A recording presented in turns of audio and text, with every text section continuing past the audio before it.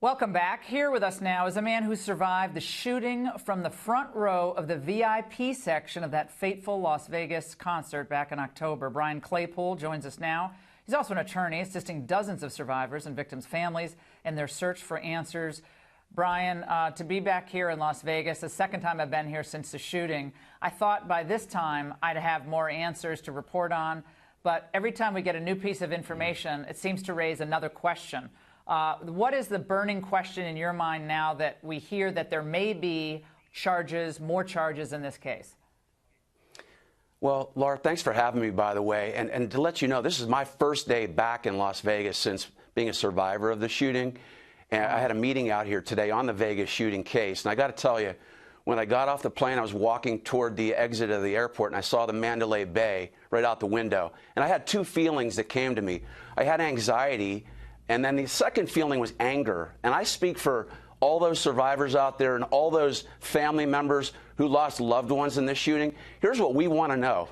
We want to know why the Las Vegas Metropolitan Police Department, why the FBI, in concert with the MGM and Mandalay Bay, are scripting a narrative that this is just a lone wolf shooting, that this is just some 64-year-old or however old this dude was, Paddock, some depressed guy that wanted to do a mass shooting. We know for a fact that's likely not to be the case. But you hit the nail on the head earlier.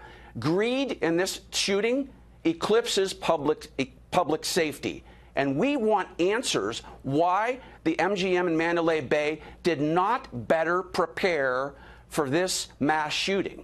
Because remember, you talked about this before. In May of last year, there was a credible report of a potential ISIS attack in Vegas. So this was no fictional event that was going to happen. And I know we're going to find out in discovery in this case that the Metropolitan PD and Sheriff Lombardo met with these casinos to make sure they had some kind of plans in place to prevent a mass shooting. A friend of mine messaged me when he knew I was doing this segment, who was also there that night. And he said, and you can confirm this, that when finally they allowed people to leave the vicinity, the ones who didn't already get out, they didn't check anyone who was leaving. So the police actually didn't, there was no check of, sometimes people blend in with the crowd. Obviously, this guy was on the multiple floors up, but even that was odd here. And we're almost out of time, Laura, so just final thoughts from you.